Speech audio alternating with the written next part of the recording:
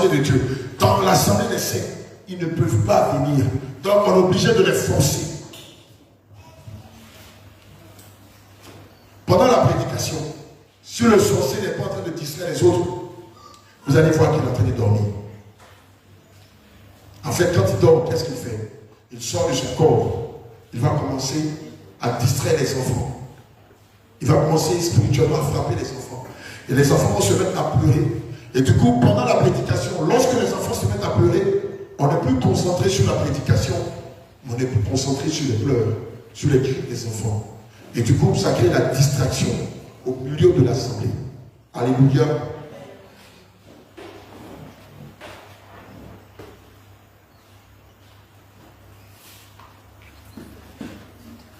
Lorsque vous constatez qu'un enfant est un expert en vol, c'est-à-dire ton fils ou ta fille, quel que soit le lieu où tu caches l'argent, l'enfant arrive, on ne sait de quelle manière que ce soit, à détecter le lieu caché où tu as mis l'argent et à l'utiliser. Comprends par là que ton fils a été initié à la sorcellerie. Amen. Qui est victime de ça ici? Qui est victime de ça ici? Alléluia. Je t'explique quelque chose. Un enfant qui jusqu'à un certain âge, c'est-à-dire jusqu'à l'adolescence, ou à la fin de l'adolescence, continue de faire pipi au lit, comprend que l'enfant a été initié à la sorcellerie. Ça peut être conscient comme inconscient. Alléluia. C'est pourquoi, si jusqu'à présent au milieu de vous, vous avez vos enfants qui sont adolescents ou qui sont en train de sortir de l'adolescence, rentrer vers la majorité, 17-18 ans, et qui continuent de faire pipi au lit, faites venir l'enfant, on va prier pour lui. Et le Seigneur va le libérer de l'œuvre de la sorcellerie. Gloire à Jésus. L'enfant qui continue, qui vole de façon chronique ses parents, alléluia, vous l'avez frappé, vous l'avez menacé. Souvent même on le prend la main chez un oncle qui est dur, chez une tante qui est dure. Mais malgré ça, l'enfant n'arrête pas de voler. Alléluia. L'enfant a été malheureusement initié à la sorcellerie. Gloire à Jésus. Et ce n'est pas la chicotte qui va le changer, mais c'est la puissance du Saint-Esprit. Gloire à Jésus. Un enfant qui est colérique, c'est-à-dire lui, à la maison, tellement il est colérique, on l'a surnommé gros cœur. Il frappe tout le monde. Il se bat avec tout le monde. Vous savez, naturellement, chez les enfants, ils ont l'instinct de défense. Quand un enfant est agressé, il se défend. Ça, c'est la nature humaine qui est comme ça. Mais un enfant qui ne se défend pas, mais qui passe le plus clair de son temps à frapper les autres, regardez bien l'enfant. Commencez à échanger avec lui. Demandez-lui qu'est-ce qu'il voit dans ses rêves, dans ses songes. Pourquoi il agit comme ça? Pourquoi il n'est pas comme les autres enfants? Que le se défend quand il a agressé, c'est lui qui va agresser les gens. L'enfant a été initié malheureusement à la sorcellerie. Et ça fait que dans le quartier, ton nom est gâté. Tout le monde déteste ton enfant. Personne ne veut t'approcher à cause de ton enfant. On dit même aux autres enfants de ne pas approcher ton enfant parce qu'il a mauvaise presse. Alléluia. Gloire à Jésus.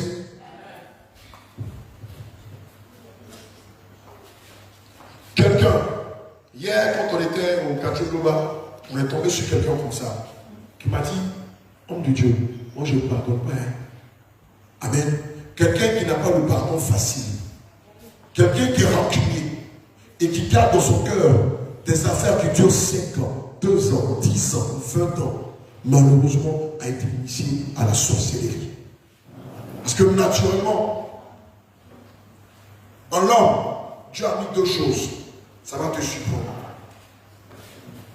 Dieu a mis en l'homme un mécanisme qui fait qu'on ne se rappelle que de la vérité. Oui, on ne se rappelle jamais du mensonge. Je suis habillé en quelle couleur ce soir? Noir, non. Dans 10 ans, si on vous demande, la première fois que l'apôtre Abraham était venu ici à Dawa, il était habillé comment? Dans 10 ans, noir. Mais si vous dites qu'il était habillé en blanc, quand on vous demande, dans 1 jour, dans 2 jours, vous allez dire, il est habillé en vert. On va vous le demander, vous allez dire, il est habillé en marron. On vous le demandera, vous allez dire, il est habillé en blanc. Pourquoi? Parce que dans l'esprit de l'homme, Dieu n'a pas mis le mensonge, il a mis l'esprit de vérité. Ce qui fait que quand quelqu'un naturellement, il finit toujours par oublier son mensonge. Mais quand quelqu'un dit la vérité, même si vous le mettez au couteau à la tempe, il vous dira, c'est la vérité. Alléluia. C'est comme ça que Dieu a mis un autre mécanisme en l'homme. Naturellement, Dieu a mis un fil en l'homme qu'on appelle le pardon. Amen. Et c'est pourquoi vous allez voir, beaucoup de personnes ont cette inhérence dans eux. C'est-à-dire, quand tu leur fais du mal, ils pardonnent. Ils disent, oh, c'est pas grave. On dit, mais toi, tu es pédé. Regarde ce qu'il te fait, regarde ce qu'il te fait. Il dit, non, c'est pas grave. Alléluia. Dieu a mis cette nature dans cette personne. Mais une personne qui, au contraire, qui ne pardonne pas, qui rumine ce qu'on lui a fait, qui est prêt même à se venger, qui garde rancune pendant des années et des années. Et puis le plus souvent, c'est pour des faits banals. Qu'est-ce qui s'est passé? Quand on était petit là, on a acheté macaroni pour nous. Et puis, on était en train de manger, non? Et puis il est venu taper ma main. Maintenant, un petit pain qui est resté là, c'est tombé. Moi, c'est pour ça que je l'ai gardé aucune aide. Il ne mangeait jamais oublié ça. Attends, tu es en train de me dire que tu as gardé rancune contre ton frère. Mais après là, est-ce que je lui dis, tu ne peux pas construire une boulangerie chez toi? Moi, je lui dis, tu ne manges pas pain. Il dit, non, ça m'a fait trop mal. C'était le dernier morceau. Et puis tu vois, non, dernier morceau là, c'est ça là qui tout même. Et donc, pour ce genre de choses, on va prier pour ton fils. On va l'amener à renoncer à la sorcellerie. Amen. À avouer tout le mal qu'il a fait et à passer par la délivrance. Gloire à Jésus. Une femme. Quelqu'un dit une femme. Une femme qui est insoumise à son mari. Les femmes là parlent doucement. Dis une femme qui est soumise à son mari. Quelqu'un dit l'homme de Dieu va dire mon corps. Je te dis la vérité. Une femme qui est soumise à son mari est une sorcière. Oui. Oui. Je t'explique les choses. D'ailleurs, pour commencer, toi qui es soumise à ton mari, tu vas remarquer que pendant la il y a eu un gros combat te concernant. L'ennemi ne voulait pas que tu te maries. Pourquoi? Parce qu'à la base, tu étais consacré mari de nuit. Et à la base, tu t'es appelé à être quoi? Féticheuse, combien, danseuse de masque ou quelque chose comme ça. Parce que dans ta famille, il y a cette lignée-là. Dans ta famille, tes grands-parents dansent des masques ou sont des combien, des féticheuses. Et toi, tu vas hériter de cela. Or, tout danseur de masque, à la base, est un sorcier. Toute féticheuse, à la base, est une sorcière. Et comme dans ta famille, il y a cette lignée, il a été dit que ce soit toi qui appelle ta grand-mère ou ta tante, que ce soit toi qui la remplace. Et comme tu n'as pas voulu faire cela, c'est pourquoi le mari de nuit a décidé d'opérer dans ta vie en détruisant tout. Mais quelqu'un qui est marié, un mari de nuit, quelqu'un qui est marié, un mari de nuit, pardon, ou quelqu'un qui est marié, une femme de nuit, dans le mariage, il ne peut pas prospérer. Ce qui fait que quand tu te lèves le matin, ton mari t'a rien fait, mais t'énerve, vilain, tu ne me plais pas. Quand le mari te dit 1, tu dis 2. Quand il dit 2, tu dis 3. Quand il dit 4, tu dis 5. Quand il dit 5, tu dis Washington. Dans la guerre, dans la maison, c'est la guerre. Il y en a même tellement le niveau de la sorcellerie élevé. Elles vont seulement se battre avec le mari, mais elles frappent le mari. Oh, c'est une malédiction. Dis, je refuse cette malédiction sur ma vie au monde de Dieu. Dis, je refuse.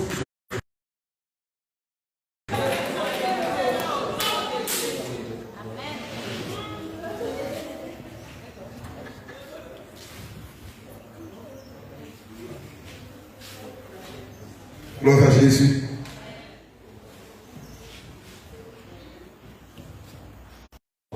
Parce que, comme on n'a jamais vu Dieu, Dieu se retrouve en ton mari.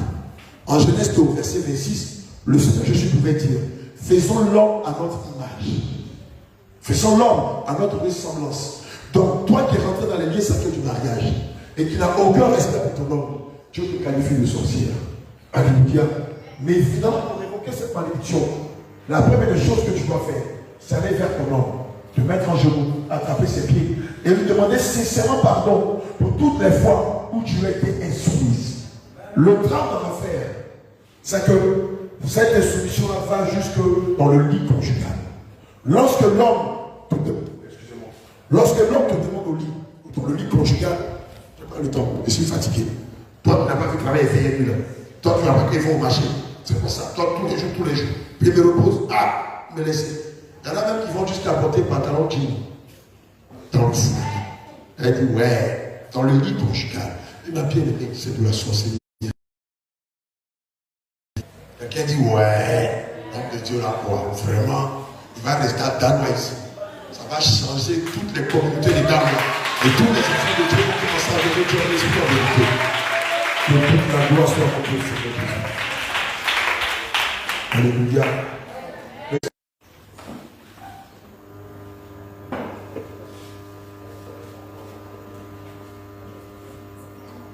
1 Corinthiens 7, versets 1 à 5. Et quelqu'un prend Éphésiens 5, versets 22 à 24.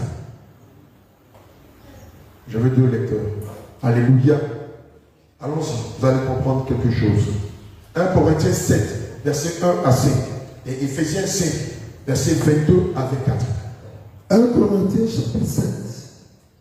Pour ce qui concerne les choses dont vous m'avez écrit, je pense qu'il est bon pour l'homme de ne point toucher les femmes. Écoute bien. Toutefois, pour éviter l'impudicité, que chacun ait sa femme et que chaque femme ait son mari. Que le mari rende à sa femme ce qui lui doit. Que le mari rende à sa femme ce qui lui doit. Et que la femme agisse de même envers son mari. La femme n'a pas d'autorité sur son propre corps, mais c'est le mari. Et pareillement, le mari n'a pas d'autorité sur son propre corps, mais c'est la femme. Est-ce que tu as entendu ce que la parole de Dieu dit? Qui c'est la première fois que tu entends ça? C'est la première fois que tu entends ça. Alléluia. Lève la main, toi, c'est la première fois que tu entends ce passage. La Bible dit quoi? Que la femme n'a pas autorité sur son propre corps, mais c'est son. Et le mari n'a pas autorité sur son propre corps, mais c'est ça. Donc, lorsque tu te refuses à ton mari, tu pêches contre qui? Tu pêches contre ton âme. Alléluia. Gloire à Jésus. Lorsque le mari aussi se refuse à sa femme, il pêche contre qui? Alléluia. Oui, vas-y. Éphésiens 5, verset 22. Avec 4. Femmes, regarde ce que la Bible dit. Soyez soumises à vos maris, comme au Seigneur. Femmes, soyez soumises à vos maris, comme à qui? Bon, admettons que tu laves les habits, tu me fais à manger, tu nettoies notre maison, tu finances l'œuvre de Dieu, mais tu ne respectes pas ton mari. Est-ce que tu parles au ciel? Non. Jamais. Gloire à Jésus. Allons-y. Car le mari est le chef de la femme. Car le mari est le chef de la femme. Femme, ton mari c'est ton Dieu. Gloire à Jésus.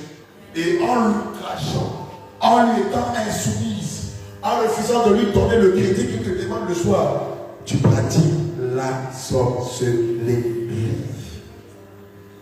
Tu as compris? Comme Christ est le chef de l'Église, qui est son corps, gloire à Jésus, dont il est le sauveur. Amen. Amen. Tout mari qui bat sa femme, qui trompe sa femme, qui méprise sa femme, qui humilie sa femme, qui traite sa femme comme son ennemi, est un sorcier. Amen. Ah, tu ne savais pas. Mais quand on se marie, c'est pourquoi? C'est pour se faire la guerre ou c'est pour s'aimer? Mais comment tu peux comprendre que quelqu'un qui dit t'avoir épousé, t'avoir choisi comme épouse, te fait la guerre, tu humilies, te trompe, te bat, te méprise, te traite comme moins que rien? Regardez bien le monsieur, il a été initié à la sorcellerie.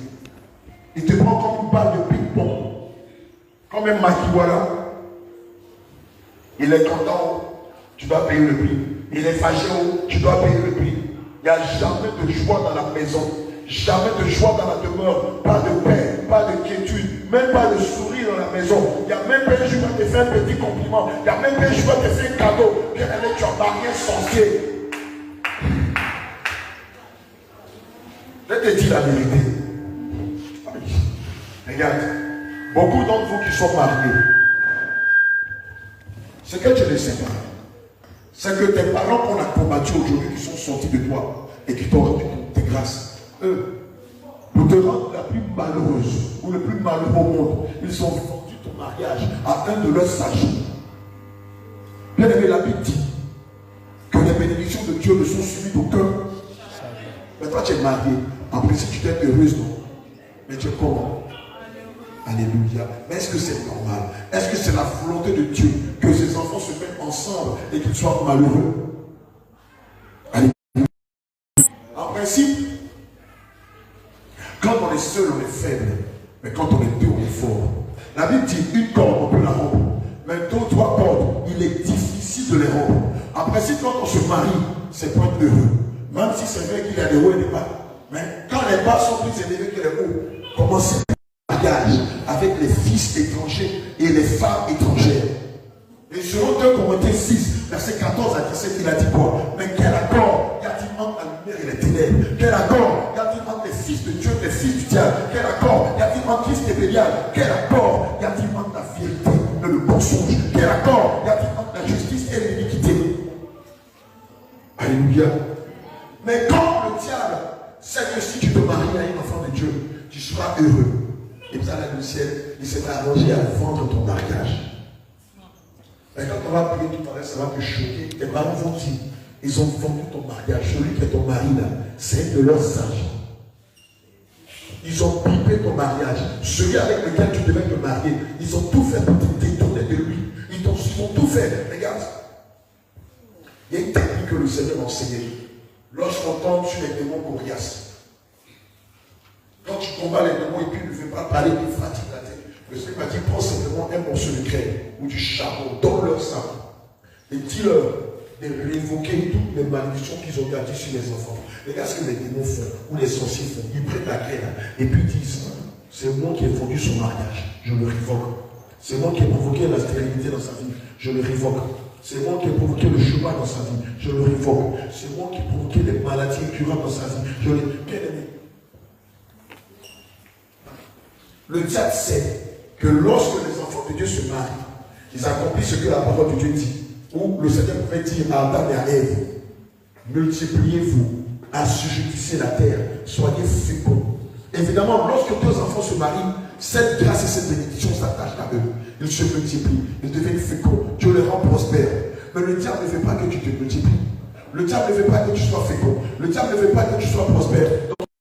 Mais pourquoi il me fait ça? Mais pourquoi? Mais on ne peut pas dire qu'il me met non. Mais depuis qu'on est marié, c'est maintenant que je vois son vrai visage. Qui vit ça? Regardez, quand on va prier pour elle tout à l'heure, vous allez voir, ses propres parents vont lui dire, c'est nous qui avons vendu son mariage. Parce qu'on savait que si elle se mariait à un des fils de Dieu, elle serait bénie et elle serait la lumière de notre famille. Nous, on ne veut pas de ça.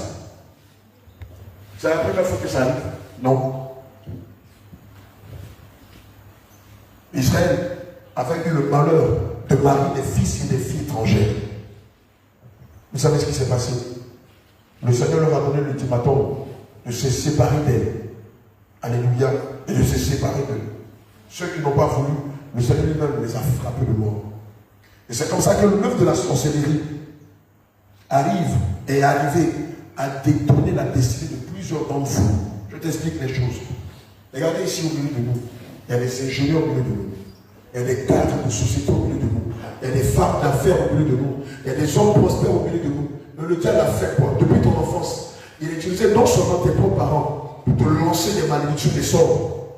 Quand la malédiction t'a affecté, ça lui pour effet de te tourner ta destinée. Ça a commencé par quoi? Par tes études. Voilà comment ça a commencé. Le diable nous demande, pardon, excusez-moi, c'est pas normal. Le Seigneur Jésus nous demande, il nous recommande d'être des personnes instruites. Oui, c'est ce que le Seigneur Jésus veut. Il veut qu'on soit instruit. Le diable veut qu'on soit des personnes appétites. Le diable veut qu'on soit des personnes inintelligentes. Parce que quand on est dans on a du mal à penser de soi-même. On pense comme les autres pensent. Amen. Je vais t'expliquer une chose. Oui, il est même le bien-aimé Joël. Joël est arrivé. Joël n'est pas là, il n'a pas pu venir. Ok. Joël, et pendant qu'il traversait le terrain, il dit il n'est jamais allé à l'église. Il y a une fois forte qui lui a dit va t'asseoir et écoute la prédication de mes serviteurs. Mais il dit c'était tellement fort qu'il a l'impression que c'était une autorité qui lui parlait physiquement. Et lui qui était mystique, qui n'est jamais allé à l'église, il allait s'asseoir. Il avait des tweets, c'est ceux qui l'ont vu. Il avait des tweets pour ça, ceux qui le connaissent. Il portait une jean bad boy et puis une chemise près du corps avec des tatouages. Un puissant mystique. Et il dit, pendant qu'il écoutait la prédication, c'est comme si quelqu'un venait couper toute sa puissance, venait lui retirer sa puissance.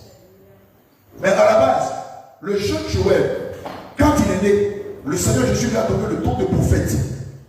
Mais le truc c'est que il est né d'une famille où son papa était un puissant mystique.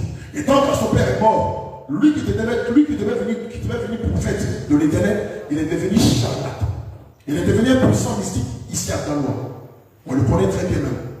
Et les dons et les talents que le Seigneur lui a donnés, le diable les a convertis pour qu'ils savent Satan.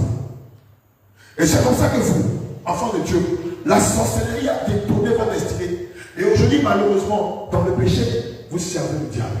Et donc, quand vous servez le diable, vous ne pouvez pas rentrer dans vos grâces et dans votre destinée. Mais je te le dis aujourd'hui, ta vie ne finira pas comme ça.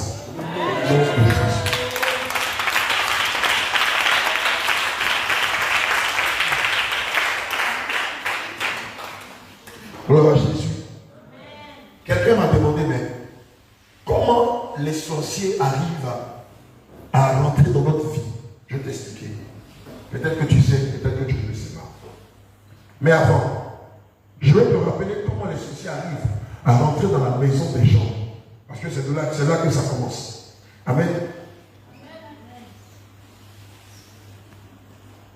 Alléluia. Naturellement, lorsqu'un homme veut rentrer chez toi, il passe par où? À la porte. Par quel autre moyen? À part la porte, il passe par où? Naturellement, lorsque quelqu'un veut rentrer chez toi, il passe par la porte ou par la fenêtre. Mais les sorciers, est-ce que quand tu viens chez toi, après ta porte, il dit Coco, jamais. Bon, aujourd'hui, on vient pratiquer la sorcellerie. Il y a combien d'enfants ici? Libre. Donc, il y a combien de femmes ici? Libre. Ils se transforment. Toi, tu es de l'église de Dalois. Elle est de l'église de Dalois. Là, tu es pour la chambre de l'église de Dalois.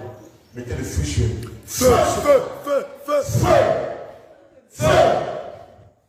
Non. Toi, tu es nouvelle dans le quartier, non? Ça se voit. Alléluia. On parle des bien-aimés de Dalois. Voilà.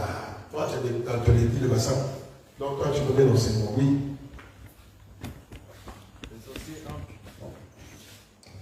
Les sorciers entrent dans la maison à travers les toits d'araignée, les lampe, la saleté. Que le Seigneur te bénisse. Il dit les sorciers rentrent dans les maisons par les toits d'araignée ou par la saleté. Je t'explique. Qui d'autre a une idée avant que je donne les détails? Qui d'autre a une idée? Oui.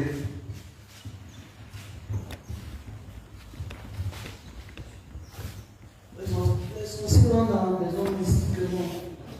D'accord, mystiquement. Que Dieu te bénisse. D'accord. On a dit tout à l'heure que les sorciers rentrent. Pardon. On a dit tout à l'heure, par exemple, que nous, les personnes, naturellement, pour rentrer dans la maison de quelqu'un, on passe par la porte. C'est ça, non? Ou par la fenêtre. Mais les sorciers, eux, ne vont pas venir frapper à ta porte. Pour rentrer chez toi, il y a 4 moyens principaux. Gloire à Jésus. Le sorcier va rentrer chez toi par le mur. Il traverse le mur. Puisque le sorcier n'a pas un corps physique. Naturellement, dans la journée, il est physique. Mais la nuit, il est spirituel, il est esprit. Donc, il va rentrer chez toi par le mur, par le sol, par la toiture ou par les miroirs. Alléluia. Voici les 4 portes par lesquelles les sorciers pénètrent dans la maison des enfants de Dieu. Mais comme un sorcier peut-il avoir la prétention de rentrer dans la maison d'un enfant de Dieu? Je t'explique. C'est là dans cette direction-là. Regarde sur la table. Il y a quoi? Il y a des parfums. Il y a des parfums sur la table. Ici, on a le parfum Cobra. Alléluia. Il y a des parfums ici. Ici, hanches sur le côté, fausse hanche, pour faire grossir les fesses et pour augmenter les poches de chevaux ou les calipiges. Alléluia. Amen. Ah, qui a les blancs chaînes, ça va où? Les gars, si vous donnez chaîne, donnez une nouvelle chaîne, il faut oublier. D'accord. Et voilà, voilà l'esprit d'insoumission là. Mettez le feu sur elle. Feu sur toi. Ouais, mais Paul, s'il te plaît. Paul, regardez l'esprit. Esprit qui a parlé là, c'est quel esprit? Pardon, dites-moi, discernement des esprits. Quel est l'esprit qui a parlé? C'est l'esprit de quoi? Esprit de colère, esprit d'insoumission. L'homme de Dieu en train de filmer. Elle dit, Paul, il faut quitter devant moi. Après, quand on va prier là, vous allez voir ce qui va sortir. Ça a l'air d'être de la blague, mais c'est la vérité. Alléluia. Regardez, quand vous avez des collants, des chaînes, des vernis, des boucles d'oreilles, des fossiles, des produits cosmétiques, des maquillages. Bon, aujourd'hui, la journée n'est pas bien disposée comme d'habitude. C'est un peu bien de toute façon là. Des bagues, des perles là. Ça peut être dans les cheveux, ça peut être aux hanches. Bouche des gens. Voilà, aujourd'hui, tous les jeunes de Côte d'Ivoire portent ça. On appelle ça bouche des gens. On dit quand tu portes ça, que les gens parlent mal de toi, ça n'a pas de l'effet. Oh Jésus, vous ne savez pas comment le diable vous trompe. Les pacotilles, bracelets, boucles d'oreilles, chaînes, toutes ces choses. Des bougies, les bougies qu'on prend pour prier, les anges, les statues et autres, tout ça. Ou les bougies parfumées, les boucles d'oreilles, les faux ongles. Ah, voilà, celle-là, c'est ma préférée. Les faux cheveux, les cheveux colorés. Tu vas comprendre quelque chose. Les mascaras.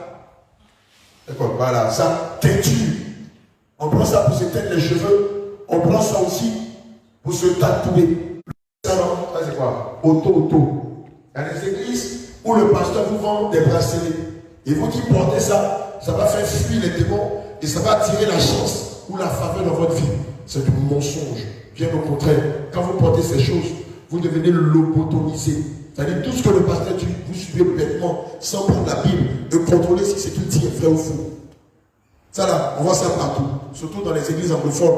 Et aujourd'hui, dans beaucoup d'églises francophones, tous les membres de l'église portent des bracelets comme ça. En disant, c'est pour attirer la grâce et la faveur. Moi, je te pose une question. Qui attire la grâce et la faveur? Oh, bah, quand tu veux le nom de Jésus, là, tu as peur de dire ça comme ça. Qui attire la grâce et la faveur? Qui attire la grâce et la faveur? Jésus. Qui attire la grâce et la faveur? Jésus. Qui attire la grâce et la faveur? Jésus. Qui attire la grâce et la faveur? Jésus. Qui attire la grâce et la faveur? Jésus. Alléluia. Amen. Les fonds de terre. Je t'explique les choses. Tu as vu toutes ces choses qui sont sur la table. Lorsque vous les avez chez vous à la maison, on prend Deutéronome 7, verset 26. Verset 46. Vous voyez toutes ces choses que vous voyez sur la table. Malheureusement, beaucoup l'utilisent par coquetterie, pour être belle, pour être beau, pour faire fashion et tout ça. Mais ce que tu ne sais pas, c'est que tout ce que tu es en train de voir sur la table, ce sont des pièges pour ton âme. C'est comme quand on a envie de tuer une souris, on peut prendre du pain et puis mettre du poison dedans. Admettons qu'on est des souris. Et puis nous tous on est dans la maison de quelqu'un. La maison est tout le temps propre. Et puis un jour, on n'a jamais vu un aussi gros morceau de pain à terre. Ça paraît un piège pour nous. Les 9 autres souris vont dire quoi? Oui, il dit. Les 9 autres souris vont dire quoi? Donc donnez le micro, s'il vous plaît. Donnez le micro. Qu'est-ce que les 9 autres souris vont dire? La servante de Dieu dit toi-même faut dire. Oui, qu'est-ce que les 9 autres souris diront? Faut quitter là, on va aller manger. Il faut quitter là, on va aller manger, ouais. Regarde-moi celui-là. Et une belle occasion de manger pour se faire bien, pour grossir. Toi, tu vas me dire que c'est un piège. Regarde. Ouais, poisson. Pour ici. Il ne faut pas manger. Déjà, même on a dit que ça ne nous arrange pas. Et puis, nous, ça ne nous c'est la même réaction que vous avez. C'est-à-dire que, je le disais plusieurs fois, vous avez entendu dire que les faux cheveux conduisent en enfer. Le jour où tu as entendu ça, qu'est-ce que tu as dit? Donnez les micros. Tu es vigilant, Paul. Ayez les micros. La première fois que tu as entendu ça, qu'est-ce que tu as dit? Ça fait rien. Oh, arrêtez vos conneries là. Comment tu m'as mené? Voilà. Acclame le Seigneur Jésus pour sa vie. Elle a dit, tu vas sanctifier, tu vas prier. Alléluia. Toi, qu'est-ce que tu as dit? La première fois que tu as entendu que les bijoux, les parfums, les produits cosmétiques sont un danger pour ton âme, qu'est-ce que tu as dit? Oui, parle. Aujourd'hui là, tu es de Dalois. Le monde sait que tu es de Dalois. Il y a une que nous avons Lève-toi. que ça conduit en enfer. Elle dit, elle est des assemblées de Dieu, qui est là-bas, on ne leur a pas enseigné ça, donc elle ne croit pas. Oh, c'est dans la Bible. Donc, on a vu ça, non? On a vu plusieurs passages sur des souris. Les gens vous plaquent, c'est le cœur. Acclame le Seigneur Jésus pour ça. Toi, quand tu as entendu ça, qu'est-ce que tu as dit? Oui, c'est bon de Dieu, oui. Moi, je vis avec ma voisine. Moi, je vais dans une église où on ne porte pas par amour. On ne fait pas les mèches. Oui. Donc, le jour où moi j'ai commencé à enlever tout ça, elle a dit, ça là, Dieu ne regarde pas ça, c'est le cœur. C'est le cœur, Dieu ne regarde pas ça. Alléluia. Quand tu dis c'est le cœur, Dieu regarde, mais c'est ton cœur là qui te dit de porter. Entre les deux cœurs là, c'est quoi? Tu vas voir. Proverbe 28, verset 9. Gloire à Jésus. Quelqu'un d'autre veut intervenir? Quelqu'un veut intervenir? La première fois que tu as entendu cette vérité là. Shalom, shalom, peuple de Dieu. Shalom, Seigneur nous bénisse. Moi, la première fois que j'ai entendu ça, ça ne m'a pas trop étonnée parce que mes parents me disaient les cheveux ne sont pas bons. Parce que je crois qu'il fait beaucoup et les cheveux, c'était plaisir pour la vision. Et pour ça, maintenant, je porte des lunettes. Wow. Mais pour les mèches, ça m'a étonnée beaucoup. Je pense qu'on parle des mèches, bien sûr. Bien sûr, des mèches. Là, je voulais juste détailler entre les cheveux naturels et les mèches. Mais les mèches, je me suis dit, c'est la vérité parce que quand ma tante chez la coiffeuse, quand je suis arrivée, j'ai vu la coiffeuse, comment elle coiffait ma tante et ça m'a plu d'un seul coup. Parce que dès que je vois quelque chose, aussitôt je sais le faire. Qu'importe quel métier, les dons que Dieu m'a donné. Donc j'ai pris la coiffure, je l'ai fait comme métier à l'école coiffure. Et comme j'avais tout le temps des migraines, mais j'aimais la coiffure, c'était comme une drogue. J'ai inventé moi-même mes modèles. Jusqu'à je suis mariée, je suis partie en France. C'est pareil, la coiffure. Bon, je vais m'arrêter là, mais Jésus m'a délivré à cause de sa sainte doctrine. Je suis délivrée. Alléluia. Acclame Jésus. Acclame Jésus pour la vie de sa servante. Amen. Acclame Jésus. Gloire à Jésus. Amen. Lisons Proverbe 28, verset 26. Si cette affaire de c'est le cœur, il pourra revenir à ça. L'essentiel. La parole de Dieu dit que celui qui a confiance dans son propre cœur était de naissance. Mais, celui qui marche dans la sagesse sera sauvé. La sagesse, là, c'est quelle sagesse? Est-ce que c'est la sagesse des vieux qui sont au village? Est-ce que Dieu veut qu'on marche dans cette sagesse? Dans laquelle des sagesses le Seigneur veut qu'on marche? J'entends pas. C'est dans quelle sagesse le Seigneur veut qu'on marche? Dans la parole de Dieu. Que Dieu te bénisse, mon béni. Je t'explique les choses. Tout ça, il y en a plein. On n'a pas eu le temps de tout acheter. Il y en a d'autres qui sont restés à Bassam. Alléluia. Toutes ces choses-là, lorsque vous les avez chez vous, regarde ce qui se passe. Puisque les sorciers sont esprits, lorsqu'ils survolent le quartier, lorsqu'ils survolent ton quartier, toutes ces choses-là, c'est un peu comme du mignon. Ça brille, ça scintille. Ça scintille, ça fait mignon, comme si c'était un signal. Regardez, est-ce qu'on a un bijoux en or là? Oh, je ne sais pas. On n'a pas de bijoux en or. Mais dans certains bijoux, vous allez voir, il y a un numéro à l'intérieur. Que ce soit une chaîne, que ce soit une bague. Regardez, il y a un code. Il y a des numéros à l'intérieur. Et ces numéros-là sont des sources de malédiction. Lorsque les et que tu as toutes ces choses chez toi à la maison, ça laisse signal que dans tel quartier, dans telle maison, ils ont leur produit. Et donc, à cause de ça, eux, ça leur donne la légalité pour entrer chez toi à la maison. Tu as gagné de ton nom de 7 versets 6 à 17. Tu ne prendras point et tu ne prendras point pour toi l'argent et l'or qui sont sur elle. Alléluia. De peur que ces choses ne deviennent un piège, car elles sont une abomination à l'intérieur de ton Dieu. Tu n'introduiras point une chose abominable dans ta maison, afin que tu ne sois pas comme cette chose dévouée par interdit. Tu l'auras en horreur, tu l'auras en abomination, car c'est une chose dévouée par interdit. Le Seigneur Jésus dit dans sa parole, en Deutéronome 7, au verset 27 à 26, surtout le verset 26, il dit, tu n'introduiras pas une chose dévouée par interdit dans ta maison. Ça veut dire quoi une chose dévouée par interdit? Une chose qui est maudite.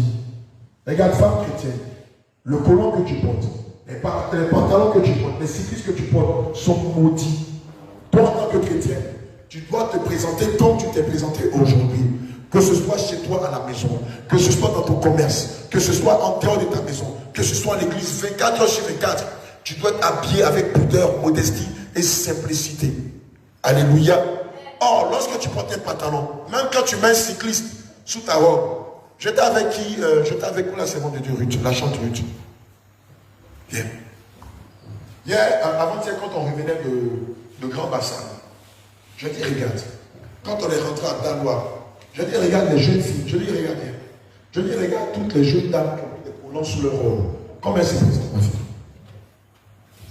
Les jeunes filles qui avaient porté des collants sous leur robe, elles sont comment? Quand on avait remarqué les filles. Elles étaient totalement nues. Elles étaient nues.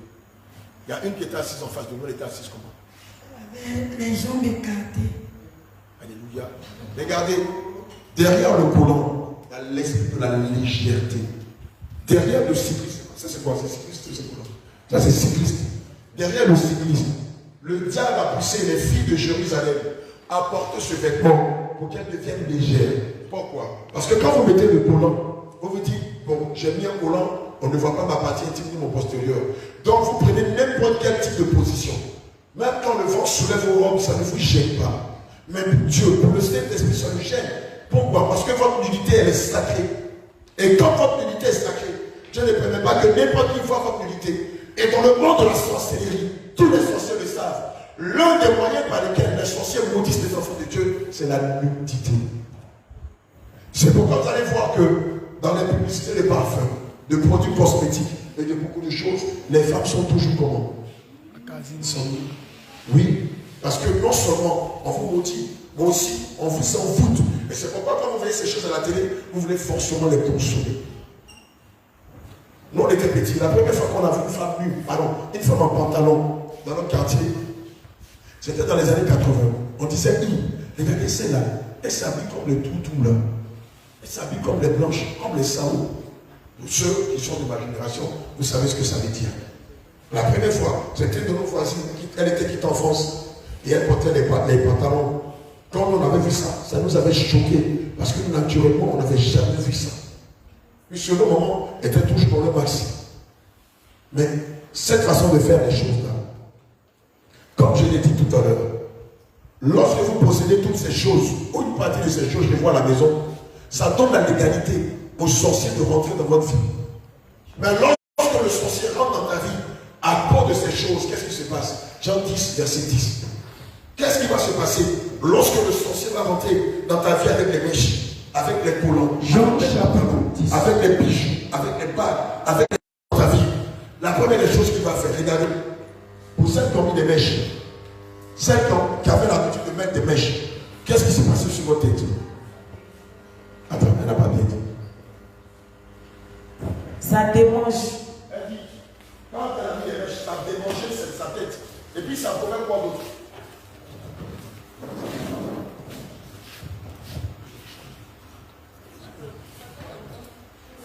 Alléluia. Naturellement, est-ce que quand tu as tes propres cheveux, ça te démange? Non. Regardez la mécanique des sorciers. Ça te démange. Ça provoque quoi d'autre? Donc, oui, le micro là-bas. Alléluia.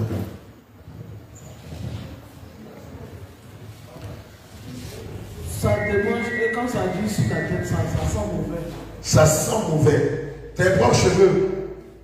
Pendant toute ta vie, ça sentait mauvais. Ça fait quoi d'autre?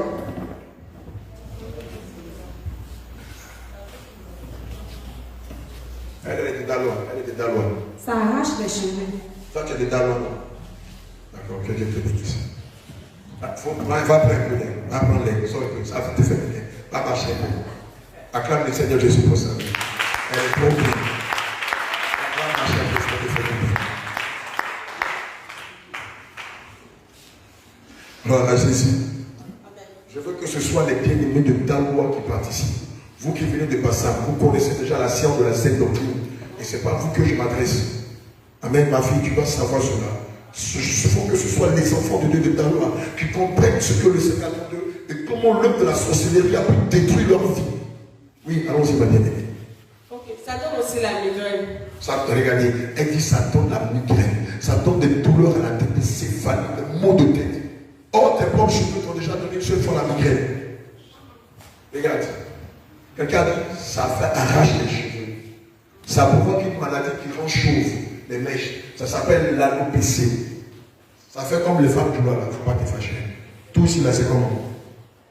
Tout ici est rasé. Est-ce qu'on t'a amené chez un coiffeur? Toi-même, tu te rends belle. Ça devient un piège pour ton âme. Tu deviens chauve. Ah, quand tu es jeune, tu es chauve. Tu es femme, tu es chauve. Mais ce que tu ne sais pas, c'est que dans le livre de 1 Corinthiens 3, verset 16 à 17, la parole de Dieu dit que notre corps est le temple du Saint-Esprit. Il a dit, ne savez-vous pas que vous êtes le temple du Saint-Esprit? Et quiconque détruit le temple du Saint-Esprit sera détruit. À la base, selon Genèse 1, verset 31, il a dit que Dieu a vu que tout ce qu'il a créé était bon à voir. Bon, puisque Dieu est le Dieu de la perfection, il nous a fabriqué à la perfection. Mais le diable a créé toutes ces choses pour te détruire, pour te voler, pour t'égorger, pour te faire du mal, pour t'empêcher de rentrer dans tes bénédictions. Et lorsque vous avez ces choses à la maison, tous les sorciers du quartier, de ta famille paternelle, de ta famille maternelle, ont le droit de rentrer chez toi et de tout voler. Voilà comment plusieurs d'entre vous ont eu leur étoile, leur grâce, leur bénédiction arrachée à ces choses-là. Je le savais. Est-ce que tu le savais?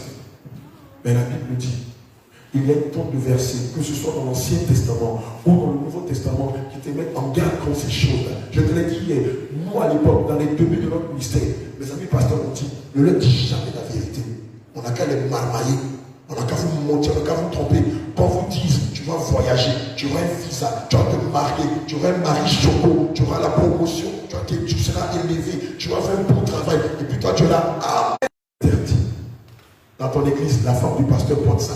La diaconesse porte ça, les gens portent ces choses maudites là. Mais une église qui est assujettie à toutes ces choses. Mais les gens qui sont dans cette église qui vont mourir, ils vont aller où? Ils vont aller en enfer.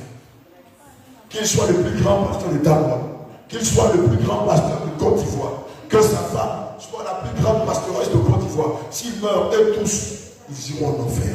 Parce que ces choses sont frappées de malédiction. Et le Seigneur ne veut pas que ces choses touchent à son temple qui est notre corps. Et c'est comme ça que l'œuvre de la sorcellerie, malheureusement, est manifeste dans notre vie. Collants, cyclistes, haut talons, parfums, produits cosmétiques, faux cheveux tons, tatouages, toutes ces choses viennent du diable. Et quand vous les portez, n'importe quel sorcier peut venir dans votre vie, avoir des rapports avec vous, voler votre fécondité. C'est pourquoi plusieurs d'entre vous, vous avez eu à faire des rêves, vous vous retrouvez dans l'eau ou sous l'eau. Vous avez eu à faire des rêves où vous êtes en prison. Vous avez eu à faire des rêves où on vous accusait, où on vous disait, on lançait des malédictions contre vous à cause de ces choses.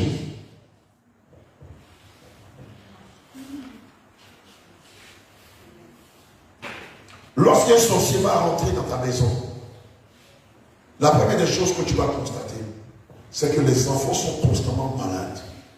Alléluia. Constamment malades. Malgré les traitements que tu fais, les enfants n'arrêtent pas de tomber malades. Alléluia. Lorsqu'un sorcier va rentrer chez vous à la maison, vous allez constater que les appareils électroménagers vont commencer à tomber en panne. Tomber en panne. Mais tu te retrouves au cimetière, dans un tombeau. Ou bien, vous constatez que vous voyez souvent des personnes qui sont mortes, que vous connaissez, mais qui viennent parler. Alléluia. Quelquefois, vous allez voir, dans ces mêmes rêves, si vous n'êtes pas enchaîné, on vous a bâillonné. Alléluia. Il y a une stratégie que les sorciers sont, que les sorciers aiment lancer. Wow, c'est quasiment toute l'église. Alléluia. Vous voyez comment les sorciers travaillent contre vous à cause de tout ça. Ça là, si j'étais au marché de Dalmaquet, je t'avais dit que les parfums là, c'est dangereux pour ton âme, tu allais me lancer un long trou. Et moi, ce gars là, vache, parfum qui sent bon là, ou un péché qui est dedans. Or, dans la Bible, le Seigneur Jésus dit, les parfums là, on ne doit pas les mettre sur soi. Prenez Exode 30, versets 34 à 38. Alléluia. Quelqu'un m'a dit, mais, homme de Dieu, mais est-ce qu'il n'y a pas une femme qui a mis parfum, c'est assez, après on va revenir sur Jean 12, verset 34 à 38. Regardez. Verset 1 à 7. Écoutez bien. 6 jours avant la Pâque, Oui. Jésus arriva à Béthanie, Amen. où était Lazare, Oui. qui avait ressuscité des morts. Là, on lui fit un souper. Oui. Marthe servait et Lazare était un de ceux qui se retrouvaient à table avec lui. Amen. Marie, ayant pris une livre d'un parfum de nard Ouais. pur, de grand prix. Marie avait quelle identité? Elle était quoi dans la vie, Marie? Elle était quoi dans la vie? Elle était que le Seigneur te bénisse. Marie n'était pas une femme vertueuse. Marie était une prostituée. Déjà, on est en train de... Marie, ayant pris une livre d'un parfum de nard pur de grand prix, oignit les pieds de Jésus, et elle lui essuya les pieds avec ses cheveux. On n'a qu'à faire comme chez moi, on dit bébé, bébé. Comme on dit ça en bébé, doucement, doucement. Sur quelle partie du corps de Jésus? Il dit, toi-même, toi, on se connaît. Quand tu te parfumes là, depuis que tu t'es parfumé, depuis tu as commencé à payer parfum là, est-ce qu'une fois même tu as mis ça sur tes pieds? Oh Jésus, acclame le Seigneur Jésus. Quand on se parfume, ce sont ses pieds qu'on parfume. Est-ce que quand on finit de parfumer ses pieds, on prend ses cheveux, bon, attendez, on met ici ça pour voir. Aujourd'hui, la docteur n'est pas loin même. On met ici pour voir. Attends, votre parfum Cobra là, admettons que je prenne le parfum Cobra. Tout le monde me voit. Ici, vous me voyez, non? Ceux qui vont vous dire, ils n'ont qu'à prendre le parfum, mettre sur les pieds, ils n'ont qu'à prendre le cheveu, on va voir. Donc, je ne sais pas si c'est l'âge, il ne va pas trop me mépriser, il peut mal ouvrir de toute façon. Mais ma tête même n'arrive même pas à mes pieds. À plus cette raison, je prends des cheveux pour nettoyer le parfum. Or, si je mets le parfum à mes pieds, comment je vais me chausser? Si je mets le parfum à mes pieds, comment ils vont me sentir? Or, naturellement, lorsqu'on met le parfum sur soi, c'est pour démontrer qu'on sent. C'est pas ça. C'est juste des pieds qui amènent. Maintenant, man of God, qu'est-ce qui s'est passé par la suite? Vous allez voir, il y a un mystère qui est caché derrière l'acte de Marie de Magdala. Verset 5. Je lis au verset 6. Je lis au verset 4 plutôt. Elle oignit les pieds et essuya les pieds avec ses cheveux. Et la maison fut remplie de l'odeur du parfum. L'un des disciples, Judas Iscariote, fils de Simon, celui qui devait le livrer, dit: pourquoi n'a-t-on pas vendu ce parfum 300 deniers pour le donner aux pauvres? Il disait cela, non qu'il se mit à peine des pauvres, mais parce qu'il était voleur, et que, tenant la bourse, il prenait ce qu'on y mettait. Mais Jésus dit: laisse-la garder ce parfum. Écoute bien, voilà ce que le Seigneur Jésus va lui dire. Laisse-la garder ce parfum pour le jour de ma sépulture. Qu'est-ce que le Seigneur est en train de dire par laisse-la garder ce parfum pour le jour de ma sépulture. Ça veut dire quoi? Toi qui allais à l'école un peu comme les hommes de Dieu qui sont à la chair. Ça veut dire quoi? Laisse-la garder ce parfum pour le jour de ma sépulture. Oui, tu as une idée? Oui. La première de la classe. Ah, la championne. Ah oui. Ouais. Ah. Oui, c'est le nom de l'Éternel. On l'a baptisé aujourd'hui. Hein. C'était extraordinaire. Amen. Vas-y. Laisse-la garder le parfum pour les jours. Crucifixion. Non, c'est pas ça. Aujourd'hui, là, j'ai raté un peu. Oui.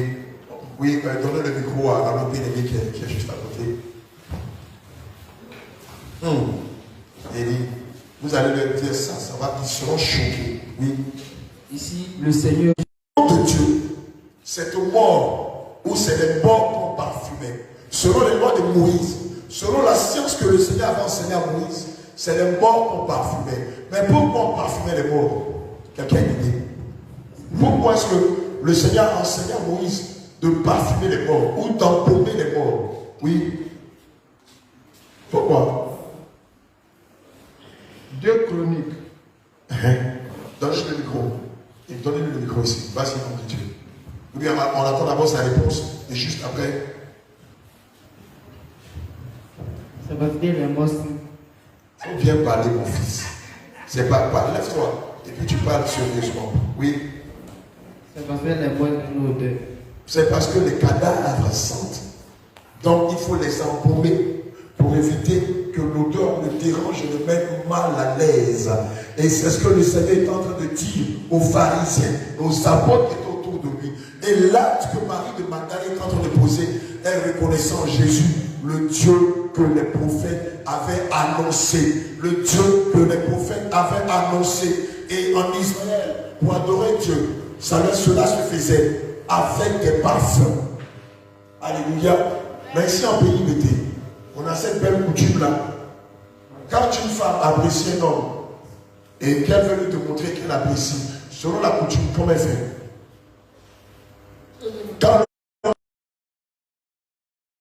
pour lui te montrer qu'elle a beaucoup d'estime pour lui, qu'est-ce qu'elle fait? Oui, donnez-lui un micro, s'il vous plaît. Microphone. Alléluia. Elle se met en genoux. Tu n'es pas loin. C'est quelque chose comme ça. Oui, la maman veut défendre la peau de sa fille. Elle dit que lui, j'ai beaucoup d'estime pour lui.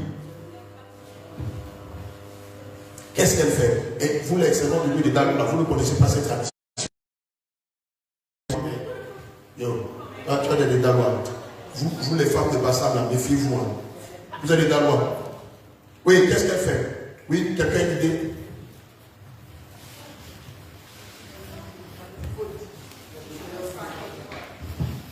En même temps.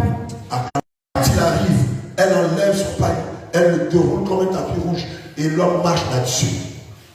Selon la tradition, selon les lois de Moïse, pour rendre un culte à Dieu, il fallait utiliser des parfums. Et Marie de Magdala, qui avait été délivrée des mains du Seigneur Jésus de 7 démons, pour lui dire merci, et qui avait reconnu que Jésus, Dieu, lui a donné le plus beau des parfums qu'elle avait, le plus riche des parfums. La Bible dit que ce parfum-là coûtait combien? 300 cycles d'argent, 300 deniers. Elle va le mettre sur ses pieds. Elle va utiliser quoi? Sa gloire.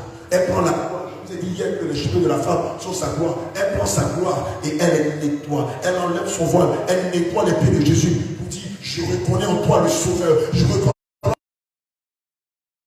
Alléluia. Acclame Jésus. Lève-toi et acclame Jésus. Acclame Jésus. Elle est en train de confesser la divinité de Jésus par là qu'elle est en train de poser. Acclame Jésus. De Dieu. C'est pourquoi il y a beaucoup de confusion dans le langage. Alléluia. Gloire à Dieu. Les écailles tombent de tes yeux. Et c'est pour ça. Toutes ces choses-là. C'est à cause de ça. Quand vous êtes dans l'ignorance, ça donne la légalité aux sorciers de venir voler vos biens, voler vos études, voler vos diplômes, voler votre santé, voler votre joie, voler votre mariage, voler votre visa, voler tous vos biens. Comme Pharaon en Égypte vis-à-vis d'Israël. Et donc du coup, vous êtes sous la domination des sorciers. Et si le Seigneur n'amène pas des Moïse pour vous libérer de l'Égypte, toute votre vie, vous serez en Égypte en pensant que vous êtes en train de servir le Seigneur Jésus en esprit en vérité. Voilà les moyens par lesquels les démons passent pour vous faire du mal. Les sorciers passent pour vous faire du mal. Regardez comment le monde est attaché à ces choses-là. Regardez comment le monde aime ces choses. Or, le Seigneur Jésus dit que celui qui aime le monde, l'amour de Dieu n'est pas en lui. Faux cheveux, faux cils, faux ongles, cheveux terreaux, mascara, bagues, bijoux, bracelets, vernis, mascara, boucles d'oreilles, produits cosmétiques, maquillage, toutes ces choses viennent du monde, mais ne viennent pas du Père. Et le monde passe, et sa convoitise aussi. Mais celui-là qui fait la volonté de Dieu demeure comment? Éternellement. Acclame le Seigneur Jésus. Amen.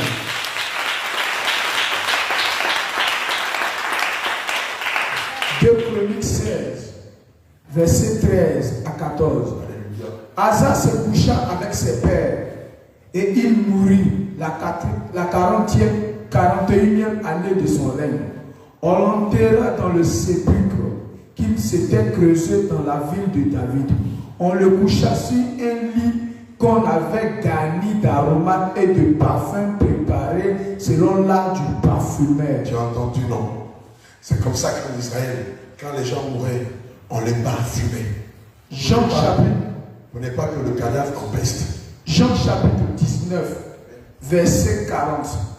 Il prit donc le corps de Jésus et l'enveloppèrent de bandes avec les aromates comme c'est la coutume d'ensevelir chez les Juifs. Tu as entendu?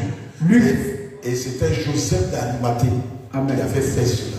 Ce n'était pas les apôtres, ce n'était pas les femmes qui étaient autour de lui. Tout le monde l'avait abandonné. Luc 24, verset 1. Le premier jour de la semaine, elle s'est rendue au sépulcre de grand matin portant les aromates qu'elles avaient préparés. Elle trouvait que la pierre avait été roulée devant le sépulcre. Alléluia. Amen. Donc, les femmes, Marie de Magdala, Jacques, la mère de Jésus et plusieurs autres femmes n'avaient pas eu l'occasion de l'embaumer. Et le troisième jour de sa mort, quand Marie et Marie de Magdala et la troisième femme sont allées tenter de l'embaumer, il n'était plus dans le tombeau, il n'était plus dans sa sépulture. Maintenant, moi je vais te poser une question, avant qu'on rentre encore dans le même sujet. Lorsque tu vas au marché acheter des parfums, puisqu'on sait que maintenant les parfums c'est pour les morts, est-ce que quand tu vas dans les magasins de parfumerie, il y a une partie du magasin qui dit parfum pour les morts, une autre partie du magasin qui dit parfum pour les vivants? Donc ça veut dire quoi? Le avant la mort que tu as mis sur toi, ils ont mis ça c'est qui? Tu es un cadavre. Le loup cachanel qui te rend fier et orgueilleux, ils l'ont mis sur un cadavre. Le mot guerrier qui te rend si imbu de ta personne, ils l'ont mis sur un cadavre. Est-ce que tu comprends un peu? Alléluia. Le fait de mettre des parfums sur des cadavres, ça ne vient pas de ta tradition. Ça vient de la loi, des lois que le Seigneur a enseignées à Moïse. Quand les gens vont mourir, parfumer le corps afin qu'ils n'en pestent pas, afin qu'ils ne soient pas mauvais. Alléluia. Maintenant, je vais te poser une question. Je veux que tu me répondes honnêtement, puisque nous sommes devant la présence du Saint-Esprit. Quand un homme sent bon, vous les femmes, quel est le sentiment que ça vous donne? Passez les micros, on se connaît ici. Il y en a qui ont fait le monde. Aujourd'hui, c'est l'occasion pour toi d'exposer le monde. Amen. Quand un homme sent bon et qu'il passe à côté de toi avec son senteur, avec son parfum, quel est le sentiment que cela te donne? Et quand il a exposé le diable, faites entrer les choses là. C'est avant. On ne va pas prendre ça pour te coller sur le visage. Le second micro. Le second micro ici, s'il te plaît. Alléluia. Après, on va demander aussi aux hommes. Ça t'étire. Ça t'attire. Comme de l'aimant attire le fer. Elle dit ça te tire. Tu ne peux pas résister. Il y a même des parfums qu'on appelle irrésistibles. Toi-même, tu as envie de courir après la politique. Joe, ton parfum là, Jésus, c'est un parfum. En fait, c'est pas ça. Oui, allons-y. Personnellement, pour moi, oui. Si une personne sent bon, franchement, ça me donne envie d'être avec la personne. Alléluia. Ça lui donne envie d'être avec la personne. Alléluia. Non, sa soeur aussi veut dire mot. Voilà, elle les deux ont parlé, mais tu vois, ils ont parlé avec des codes. Elle va nous dire ça que oui, vas-y, ma bien-aimée.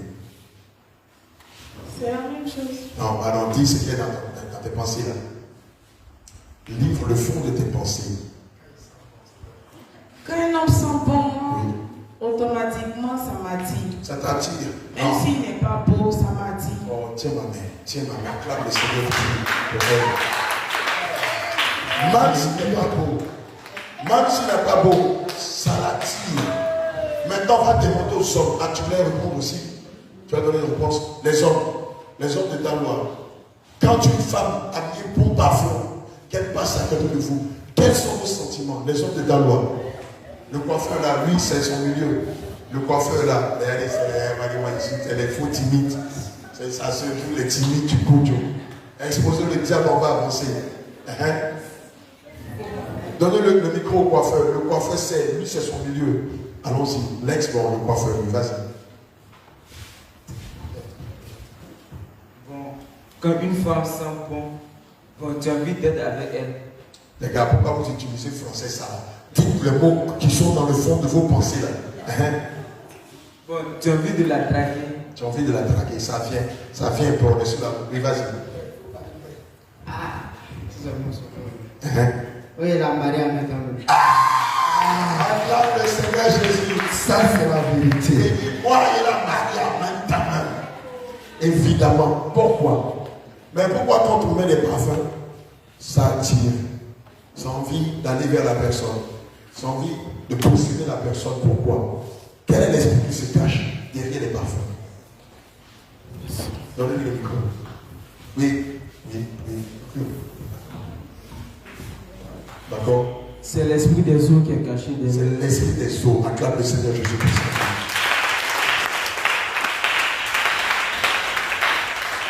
Moi, je vois que c'est la séduction. Oh, acclame le Seigneur Jésus-Christ. Évidemment, prenons le cas des publicités des parfums. Prenez la télévision. Lorsque vous regardez les pubs de parfums, les femmes sont habillées comment? Acclame le Seigneur Jésus-Christ. Mais comment un parfum? Comment on dit on veut un parfum? Et puis à côté, tu as une femme qui est kojo. Quel est le rapport? Quel est le rapport? Il a dit tout à l'heure, parce que ça vient des eaux. Il y a des noms de parfums qui vous donnent l'origine du parfum. À quoi dit quoi? À quoi ça veut dire quoi? Ça veut dire quoi? Aquatique, aquarium. Ils sont en train de vous dire que le produit que tu es en train d'utiliser là, ça vient du royaume des eaux. Il a trouvé. Et elle a dit, derrière, il y a l'esprit de séduction. Mais ce que vous ne savez pas, c'est que derrière les parfums, il y a l'esprit de l'impudicité, l'esprit de la débauche, l'esprit de la prostitution. Demande à toutes les femmes du monde. Demande aux femmes musulmanes. Je suis sidéré que les pasteurs 500 000, les mecs sur eux, sans savoir que l'homme étant ce genre de choses sur eux, s'ils meurent, c'est l'enfer qui les quitte. Il n'y a pas une femme qui va mettre des parfums, qui va penser que si elle met dans le ciel, ça n'existe pas. La Bible est contre ces choses. Comment on peut comprendre que derrière des parfums, avec un esprit de séduction, de débauche, vous voyez des parfums, vous voyez des gars gaillards comme moi, taper le chocolat en collant ou bien en boxeur, tout, regardez, voilà, regardez. Regardez l'expression, la sorcellerie, la magie. Mais vous et moi, on sait qu'on utilise des parfums pour briser les foyers. On utilise des parfums pour détruire la vie des gens. On utilise des parfums pour envoûter les gens. On utilise des parfums pour attirer la faveur ou la chance. C'est ça la clamette sur parle aussi. Mais évidemment, quand tu as ces choses sur toi à la maison, tous les sorciers qui savent que ces choses sont à eux, ils viennent dans ta maison, ils viennent dans ta vie, ils provoquent le retard. Ils font tes grâces, ils arrachent tes bénédictions et ta vie va de mal en pire. Tu es dans une église où on te prêche la prospérité, mais prospérité la même là, son prospère la même là, tu ne vas pas ça. À cause de ces choses-là, Regardez les noms des parfums. Un scandale. Amour à mort. Séduction. XXS. Langue de serpent. Mon guerrier. Regardez même les emballages de parfums. Regardez les noms de parfums. Ils sont en train de vous dire que ces choses ne sont pas pour vous, les enfants d'Israël, mais ces choses viennent du monde des ténèbres. Et lorsque vous les mettez sur vous, cela corrompt votre âme. Et ça fait que l'Esprit de Dieu ne peut pas agir dans votre vie. Alléluia. Voici la vérité. Voici la vérité. Comme les fois on n'est pas allé chez les marabouts, chez les féticheurs, tout le sanctuaire des marabouts sent les parfums. Aoura Sabia, Saint-Michel et consort. Souvent même on vous dit, prends tel parfum, ça va attirer la chance dans ta vie. Ah donc ce n'est plus Jésus, ce n'est plus le Seigneur Jésus qui attire la faveur dans notre vie, ce sont des parfums. Mais si les parfums attirent la chance, pourquoi ils ne sont pas multimilliardaires? Pourquoi leur nom n'est pas inscrit dans le livre de Forbes des hommes les plus riches au monde? En fait, c'est parce que ce sont des agents de Satan. Ils vendent ces choses pour corrompre les enfants de Dieu et pour les maintenir dans la captivité. Alléluia. Gloire à Jésus. Gloire à Jésus. Bien-aimé, Jean 8, verset 36 dit, si donc le Christ vous a franchi, réellement vous serez libre. Maranatha.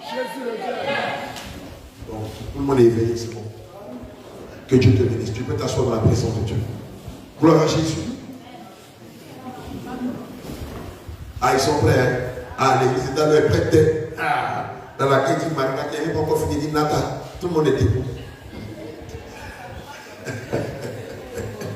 Gloire à Jésus. Je vais te révéler quelque chose. On va rentrer dans une phase. On va parler des rêves.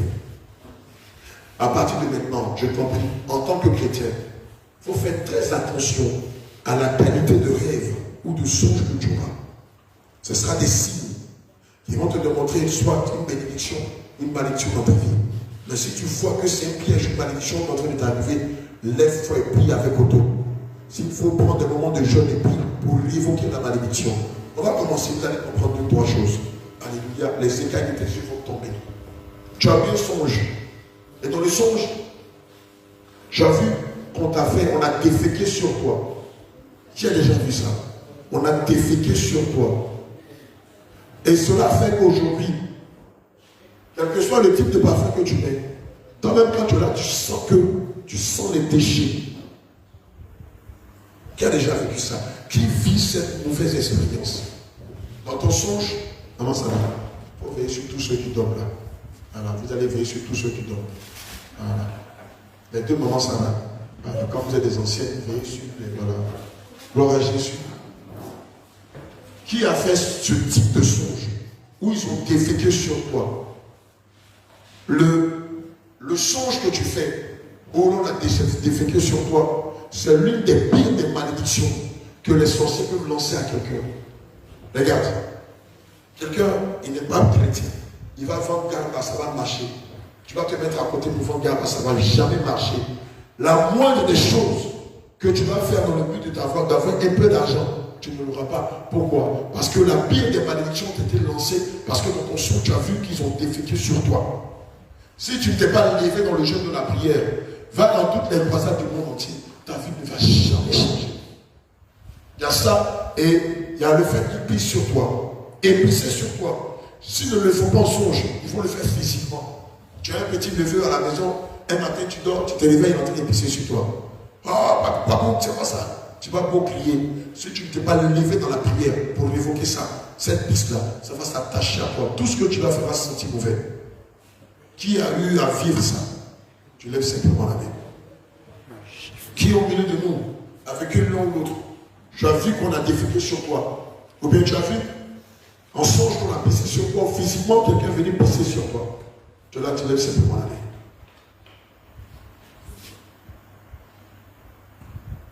Alléluia. Dans ton songe, tu as fait un songe dans lequel tu as vu qu'ils sont venus voler une partie de tes cheveux. Et puis dans la réalité, quand tu t'es réveillé, que tu as touché la partie de où on avait volé tes cheveux, physiquement, tu as remarqué que cette partie-là a physiquement disparu. été victime de ça. Alléluia. C'est pour toi qu'on a prié tout à l'heure là. C'est pour toi qu'on a prié tout à l'heure. D'accord, ça vient, vous allez voir ce qui va se passer tout à l'heure. Les cheveux, ça représente quoi? Ça représente quoi? Tes cheveux représentent ta gloire. Et l'ennemi sait qu'en volant tes cheveux, c'est toute ta destinée. Tout est ton. Vous voulez. Même si on dit il y a un concours, il y a, je ne sais pas moi, on n'est pas que l'examen.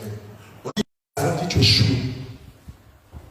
Parce qu'ils ont volé ta gloire. Ils ont volé toutes tes grâces. Ils ont volé tes bénédictions. Alléluia. Amen. Gloire à Jésus. Amen. Et c'est ce qui fait que, toi dans ton cas, tu vas voir, tu vas me le confirmer. Gloire à Jésus. Alléluia. Vous les gens de la salle, faites attention à vous. Amen. Regarde. Depuis qu'ils ont volé tes cheveux, tu as constamment mal à la tête. Tu as des douleurs à la tête. C'est ça. Alléluia. Le diable sait ce qu'il fait. Et comme il ne peut pas voler les cheveux de tout le monde, c'est la raison pour laquelle il a créé cet instrument-là. L'un des instruments les plus dangereux au monde. Lorsque tu le portes, il vole ton intelligence. Il vole ta gloire. Il vole ta destinée. Par ça, il n'a pas suffisamment d'argent pour passer partout, pour vous voler vos cheveux. Donc il a créé ça pour voler votre gloire et pour mettre votre âme dans la captivité. Alléluia. Tu as vu un son dans lequel tu as vu, on t'a volé tes chaussures. Qui a été victime de ça? Vous savez, on t'a volé tes chaussures. Ça veut dire que toi, affaire de Jésus, ça ne sera plus dans ta tête. Jamais t'intéresser. Tu vas aller faire tes affaires, escroquer les gens, vivre une vie de publicité. Mais quand on va parler de Jésus, ça fait. Pourquoi? Parce qu'ils ont volé le zèle que tu avais pour l'évangile. Amen. Le diable sait que lorsque tu vas rencontrer le Seigneur Jésus, ou lorsque le Seigneur va se révéler à toi, tu seras engagé pour le monde. Mais tout ce qui se touche Jésus, même quand on parle de Jésus, tu tombes. Notre enfant partit. Pourquoi tu m'as fait vivre ici? L'église. Oh. Tout ce qui touche au nom de Jésus à son œuvre, ça ne t'intéresse plus. Parce qu'ils ont volé tes Jésus. Les Jésus, ça représente quoi aussi? Ça peut être ton mariage. Ça peut être aussi ton mariage. Pour ordonner à ce que ta robe te soit restituée, tu as dormi. Ça, c'est avec un rêve. Et puis, quand la date du mariage va arriver, quelque chose s'est passé, c'est gâté. Jésus. Alléluia. Amen. Alléluia. Amen. Moi, là, en 98, quand j'ai eu mon permis de conduire, la même nuit, j'ai eu mon permis de conduire. 2 femmes sont venues arracher mon permis de conduire. 98. J'ai dit, bon, ça c'est vrai. Elle dit, même Woro, il n'est pas roulé. Elle dit, Woro, où tu vas apprendre, tu donnes l'argent à tes gars pour qu'il faut apprendre là. Elle dit, quand même, je donne l'argent, les gens disent, on te donne quoi? Pourquoi? Eux-mêmes ne savent pas. Ça dit, m'arracher le droit de rouler une voiture. Ce n'est pas terminé là. Mon passeport. Dans la même foulée, j'ai eu mon premier passeport.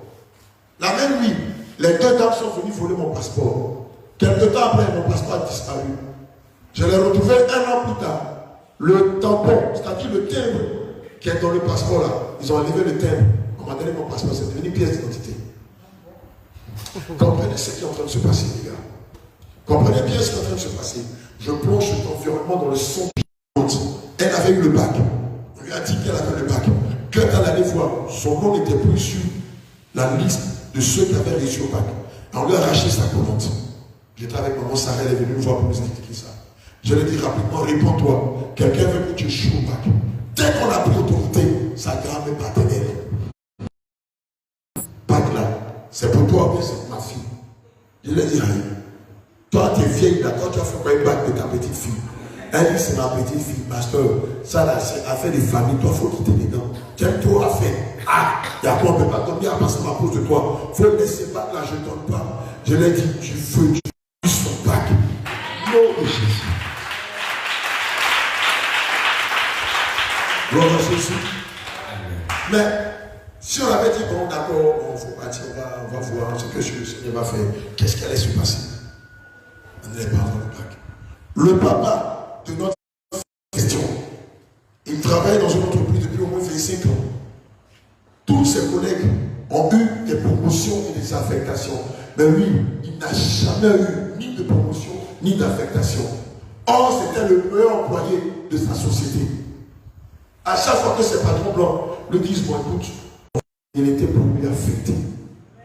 Est-ce que tu comprends ce qui est en train de se passer? Plusieurs fois, le Seigneur t'a parlé par des visions pour te montrer ce que l'ennemi est en train de faire dans ta vie.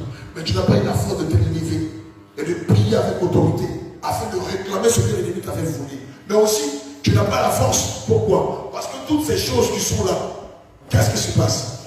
Lorsque tu les mets sur toi, cela va affaiblir ton âme. Spirituellement, quand tu mets toutes ces choses, spirituellement, ça affecte ton âme. Et donc, du coup, la force spirituelle que le Seigneur devait mettre en toi pour que tu prennes l'autorité et que tu réclames tes biens, cette force-là. Tu manges, tu dors, tu manges, tu dors. Prière même simple là même. Ordinaire pour dire merci au Seigneur 5 minutes. Quand tu commences, tu fais Seigneur Jésus. Bon, demain. Alors voilà, il y a là qui a commencé à bailler en même temps. Maranatha. Jésus revient. Ah, il y a là qui sont restés. Tes dessous ont disparu physiquement. Alléluia. Les dessous sont le symbole de la fécondité. Amen. Les dessous de l'homme comme de la femme est le symbole de la fécondité. Mais malheureusement, chez les femmes, je m'adresse à vous, les filles du Seigneur, toi tu laisses ton intimité. Mais évidemment, dans ta cour, il y a des personnes qui sont des agents de Satan, qui sont des sorciers.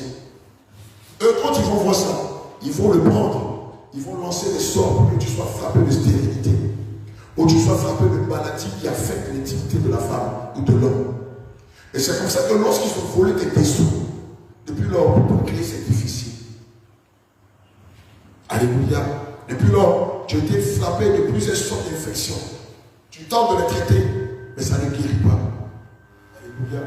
Parce qu'ils ont eu à voler ton dessous. Le monde occulte, c'est ce que symbolise le dessous d'un homme ou d'une femme. C'est pourquoi à partir de maintenant, veille à ce que ton dessous soit caché dans ta chambre et non pas exposé à l'extérieur. Gloire à Jésus. Alléluia. Amen. Amen. Je vais demander qui a subi des actes de vol de ces dessous. Lève la main, je n'ai pas vu. Alléluia, tu n'es pas la seule. Amen. Souvent dans vos rêves, vous avez des songes où vous êtes tout le temps dans une maison inachevée, dans une maison qui n'a pas fini de construire. Qui est victime de ça? C'est lié à ce qu'on appelle l'esprit des perpétuels recommencements. Tu vas voir que toi qui es victime de ça, tout ce que tu sais de faire, ça ne réussit jamais. C'est le cas? C'est le cas? C'est le cas? Il n'est pas normal que nous, en tant qu'enfants de Dieu, nous nous retrouvons dans les maisons inachevées. Non. Le Dieu que nous adorons est le Dieu de l'achèvement. Alléluia. Tout à l'heure, on va rentrer dans les prières, vous allez voir ce que ça va donner. Gloire à Jésus. J'avais demandé tout à l'heure, ceux qui constamment perdent de l'argent, ton argent disparaît à chaque fois. Qui est victime de ça? Alléluia.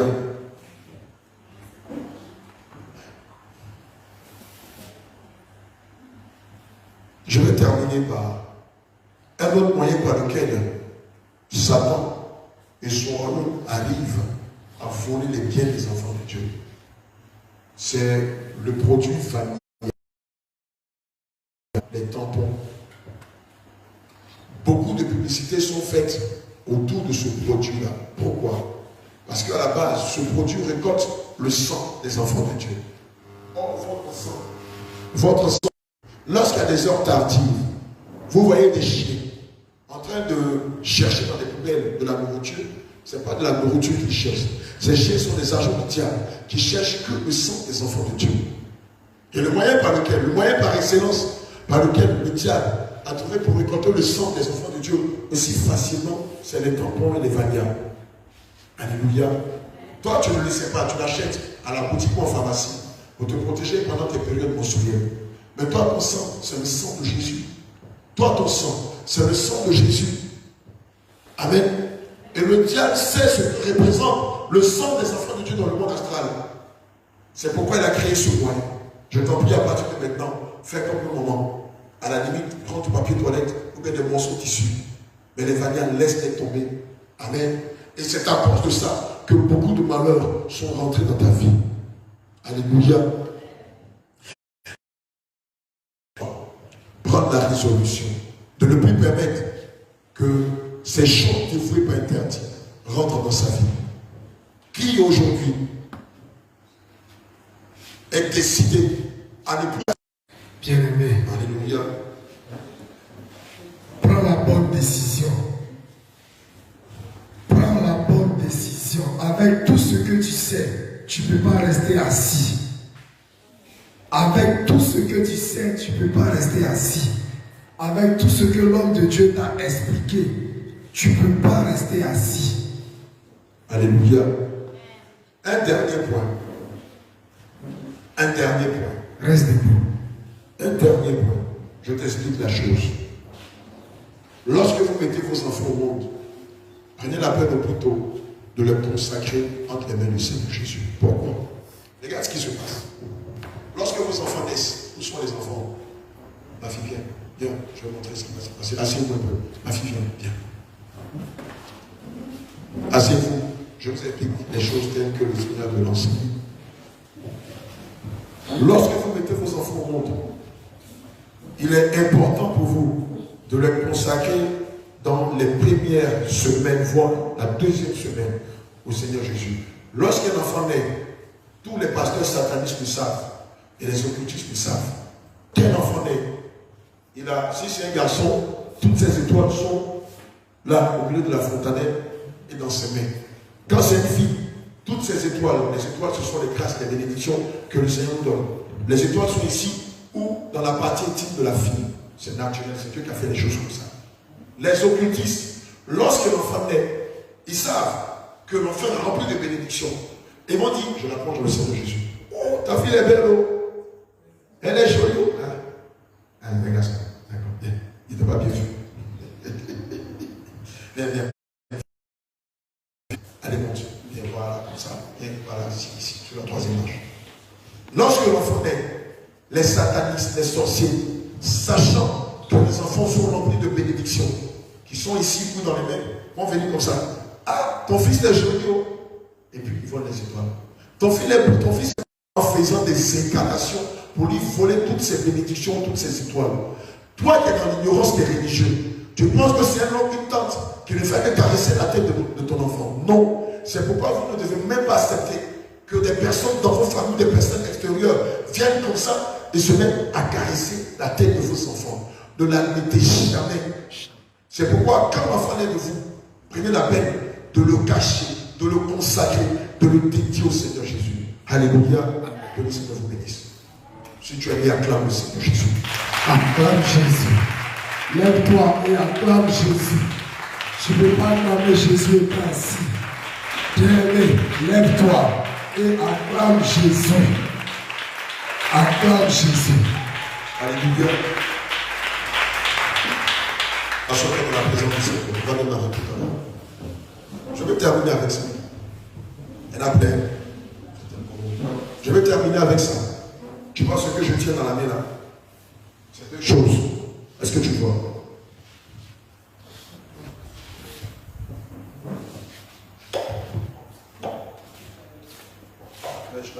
Là, j'ai mis là. Donc, comme les deux vont de pair. Est-ce que tu vois ce que j'ai dans les mains? Je vais t'expliquer afin que tu comprennes ce qui se passe. Ces choses, ce n'est pas le Seigneur qui les a créées. Non. Ce n'est pas Dieu qui a créé ces choses. Ces choses viennent de la mer, viennent du monde de Mamiwata, qu'on appelle le monde de Bermude, ou le monde astral, ou le monde de Jézabel. Jézabel a créé les vernis, les faux. Pourquoi? Qui sait pourquoi? Mamiwata a créé ces choses. Tu as une idée, passez les micros, prenez les micros. Selon toi, pourquoi est-ce que le monde des ténèbres a créé les vernis et les faux ongles? On va terminer par là, on va commencer à rentrer dans les prières fortes. Quelle idée? Pourquoi est-ce que le monde astral, le monde des ténèbres et les faux ongles? Alléluia. Qui a une idée? Quelqu'un a une idée? Quelqu'un a une idée? Donnez le micro à un moment de Bérénice. C'est une arme fatale pour les enfants de Dieu, pour que, et dans le monde spirituel, pour qu'on attrape les enfants de Dieu facilement. Non, c'est pas ça. Que Dieu te bénisse. C'est pas ça. Oui, toi tu es dans loi. Oui, donnez-nous le micro. C'est pour voler la grâce des enfants de Dieu. Acclame le Seigneur Jésus pour ça. Le diable a créé les faux ongles, les vernis dans un seul but.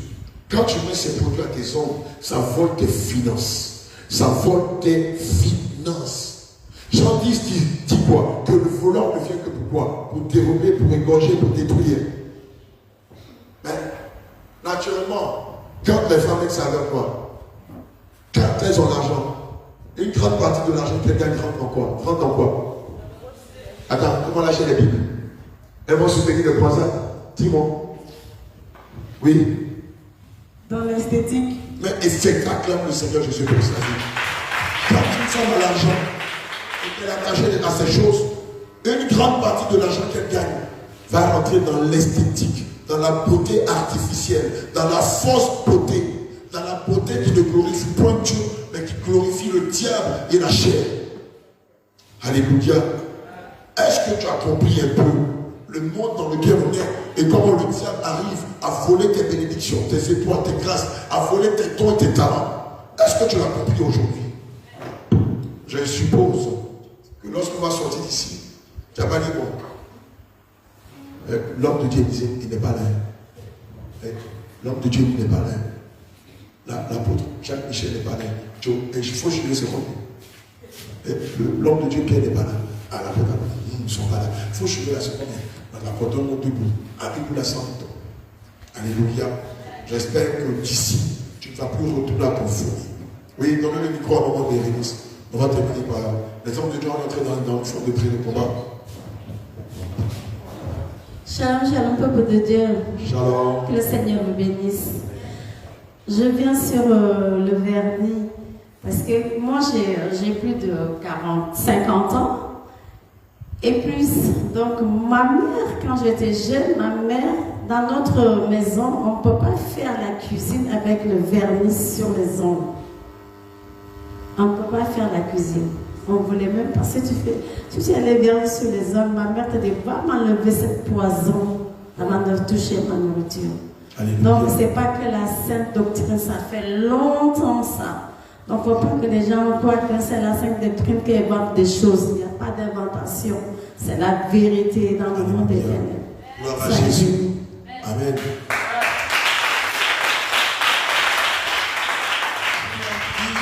Qui est dans le domaine médical ici? Médecin, infirmier, infirmière. Qui est dans le domaine médical ici? Parmi nous. Est-ce qu'on a un médecin parmi nous, une infirmière, un garçon de salle?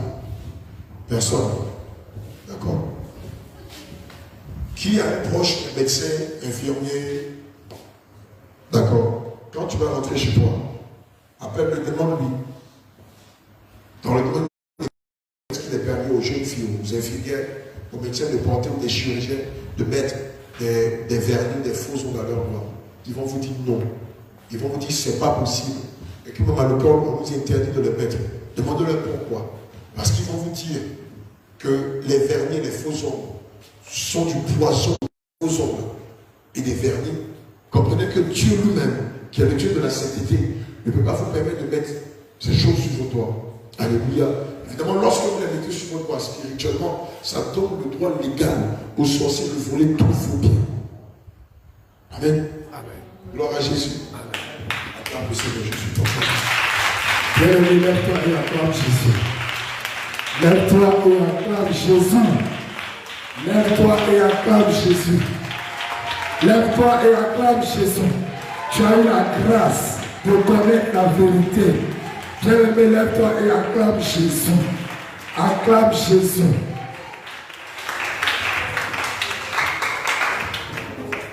Amen.